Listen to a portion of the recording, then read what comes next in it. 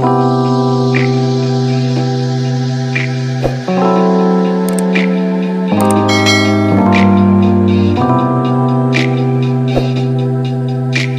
dear Virgo. I am Jamie Dawn, your revolutionary astrologer, bringing you your January 2022 horoscope. And we kick off the month with your ruler, Mercury, in shadow. It is moving into the sign of Aquarius on the 2nd, and we have a new moon in Capricorn, and Mercury will retrograde on the 14th this month. So I'm putting these little pins on the map because your ruler is Mercury. Mercury rules the mind, how we learn, connect, the messages in which we receive or give. It's also the planet that deals with transportation, electronics, but it's more about communication, how we disseminate information from point A to point B.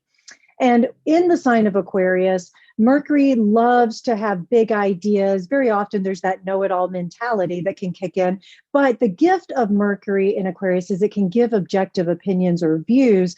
And it's sort of like they say in, what was that, Dragnet, just the facts, ma'am, just the facts. And so you'll find that you may have some pretty big opinions or ideas about your work, your everyday life, because Mercury is transiting your 6th house. And when it moves into Aquarius, it may suddenly activate your thoughts around, how do I establish maybe some new routines? I have some pretty big goals now that I'm going to set for this new year. If you're not a New Year's resolution person, this could still have you thinking about ways in which you can improve your life on a larger scale, and then how you can actually offer it to others in a way that makes sense, that gives meaning, that also is somewhat unusual or independent. You may have these sudden flashes of insight and you're not quite sure what to do with them. However, with the new moon in Capricorn activating your 5th house at this time, you may decide, you may have this like really big aha of like, you know what, I'm going to focus on my health and I'm going to improve myself because my intention at this new moon, Capricorn 5th house, is to attract new love or to do something that gives me great pleasure. So if you have been, I'm just using health as an example because that's a big thing usually at the beginning of any calendar year, is that if you're looking at it from that standpoint, maybe you're wanting to improve your health because it gives you greater pleasure in your body. It gives you greater mental, emotional stability as well. And what you're looking for is to find more ways in which you feel good about you and that you can have your unique expression out there in the world, regardless of what anybody else thinks. And you're looking at this from a long-term perspective as well. So I'm going to offer this coming from a background in fitness and health. I will tell you, it takes time. And that's the gift of Capricorn, is that Capricorn understands in order to build something successful, you do it one step at a time, and you look at your resources and you find ways in which you can tap into them. So this new moon and Mercury in Aquarius can have you looking at ways in which you find new resources to support your new healthy habit. It doesn't just have to be physical health. It can also be mental or spiritual health. You can draw a teacher into, you can start searching for a teacher. Maybe that's that Mercury in Aquarius that you're just like, yeah, I'm going to find something unusual to really get into. Maybe some of you have had this job that you've been working with, because 6th house has to do with our daily routines, so our work and our coworkers, that now you're wanting to find someone that can take you to that next level. And that's what I feel is going to be happening for you most of all, Virgo, in the month of January. You're looking at, how do I raise myself to the next level, whatever that may be. And you understand that some habits need to be transformed or released. Venus is retrograding, canoodling with Pluto again this month. And when she is retrograde, she's causing a lot of us to look inside of ourselves to say, what do we value? What do we need to release? What do we need to reevaluate? What do we need to revisit when it comes to our love, romance, values, finances? And so here you may be taking those themes and then using the Mercury retrograde in the 6th house, saying, in order for me to achieve, because Venus is in Capricorn and Pluto is in Capricorn, in order for me to achieve my heart's desire, in order for me to achieve the next level that I want to go to, I need to keep my mind open, and I need to think of ways in which I can change my everyday habits, my everyday routines. A few of you Virgos, I feel intuitively, may end up leaving a job during this month simply because you've got something new lined up, something that supports you, and it gives you a chance to be able to take yourself to that next level. With the Mercury retrograde in Aquarius, let's just talk about this for a second, because most people are like, oh, okay, how do I survive a Mercury retrograde? Well, in the 6th house, you're going to be revisiting your daily routines. You're revisiting your health stuff. You're going to be revisiting some conversations that maybe you've had with coworkers, or a project that needs to get started or maybe even wrapped up. Remember too, Venus and Mercury being retrograde brings things from our past back to us. So I feel past conversations, maybe with a past lover, with your 5th house being active at this time, as well as maybe past conversations with coworkers, or with a boss, or with maybe your kids, whoever you're interacting with on a regular basis. There may be some conversations that need to take place so that you can find clarity down the road. When Mercury's retrograde, clarity isn't usually the name of the game. It's usually very foggy, misunderstandings happen. Multiple conversations need to take place during a Mercury retrograde. So if you are making any final decisions during this month, just know that it's possible you may be revisiting them down the road. I say this because we have a full moon in Cancer on the 17th. This is going to make a beautiful sextile to your sun, moon, or rising sign in Virgo, but it also creates opportunities to feel emotional. There could be a whole buildup of emotions because you're revisiting old stuff. You're wanting things that maybe aren't fully in your awareness yet, or maybe you have started down, say, that health or fitness routine, and your body is sore, or it's restructuring. And so in order to restructure and build something new, because Venus Pluto is very transformative. And in order to transform our lives, we have to let go of something. So it's always this grace and grief. Full moon in Cancer, very emotional. Cancer is an emotional sign because it wants emotional security. It also wants to nurture, and it wants people to feel good.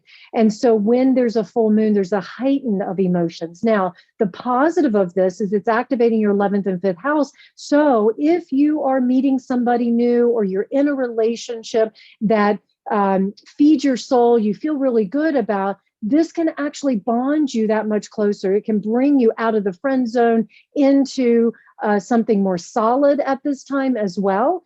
And it may take a little bit more time to say, okay, what exactly does that look like for me?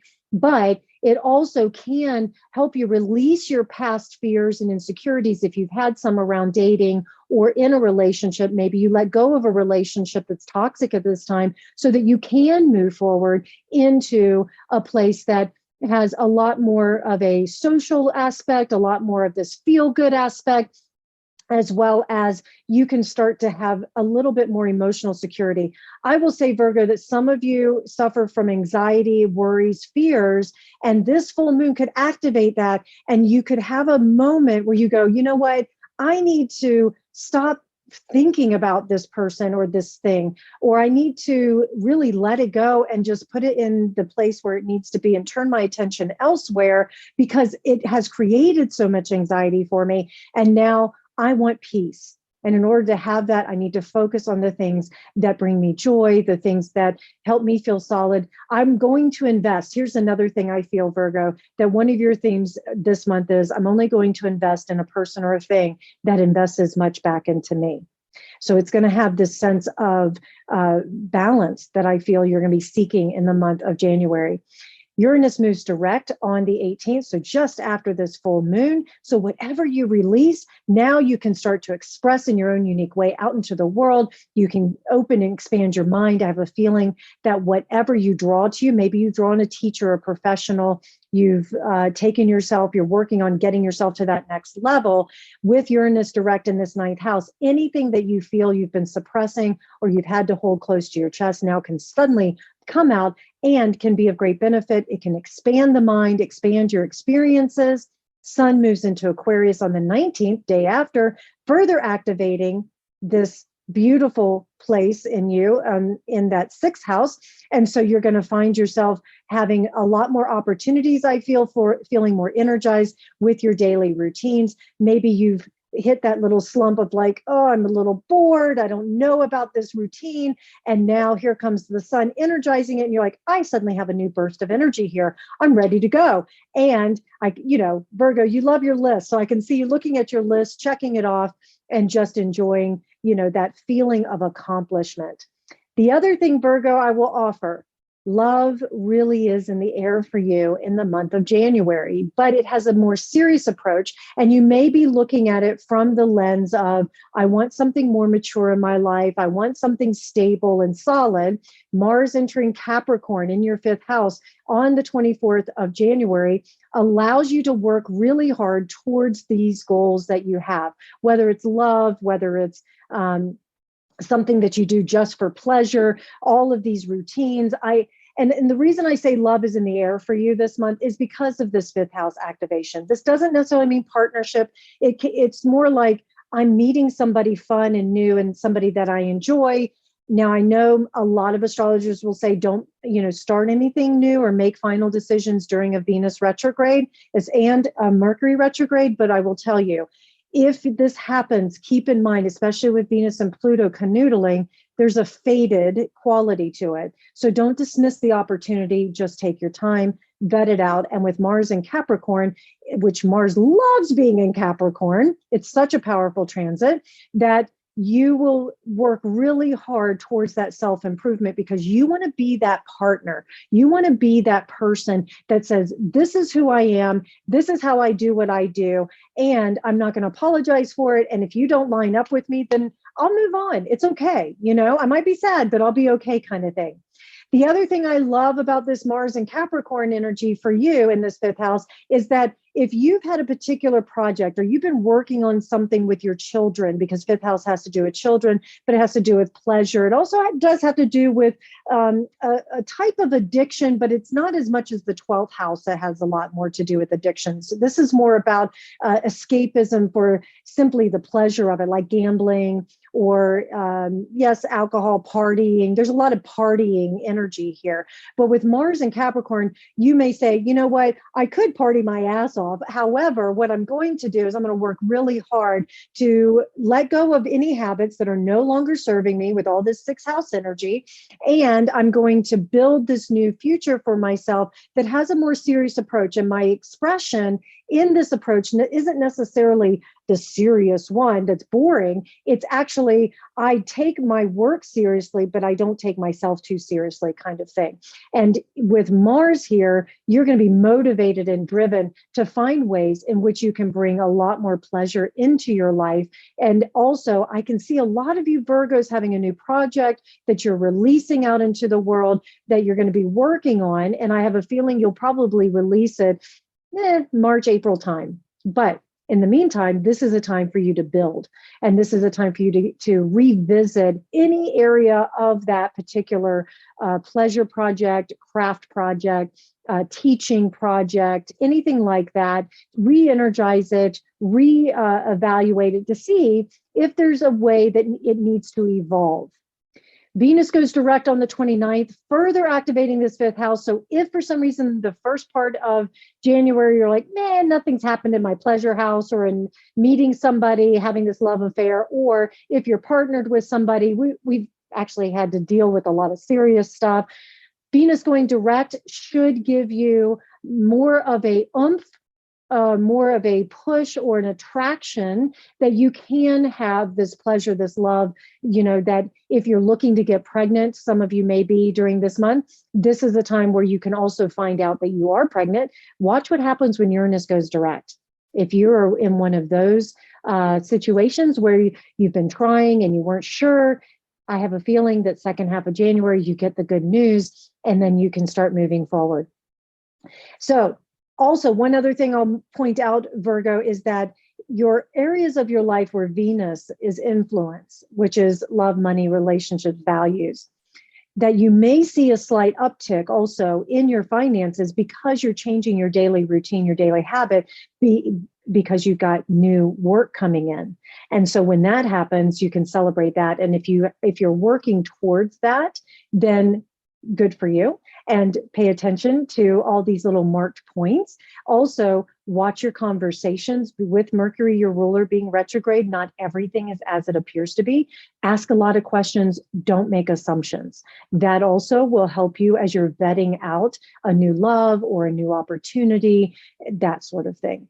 One other intuitive piece I'll offer to you, Virgo, is that I feel a few of you are going to be launching something or wanting to launch something in the month of January. If you do, keep it small to start with, like do a beta test group or a small audience, a soft opening, if you will, and then come February, March is when you can do your grand opening or that bigger scale. So use the month of January to look at the way you're marketing, the way you're positioning yourself and your products or whatever it is that you do to express yourself. And then after Venus goes direct, after Mercury's direct in February, that's when I would put it into a bigger scale or a larger picture. All right, Virgo, I really hope this helps. Please like, subscribe, share, comment, and come find me at jamiedawn.com. I look forward to connecting with you. Have a great month.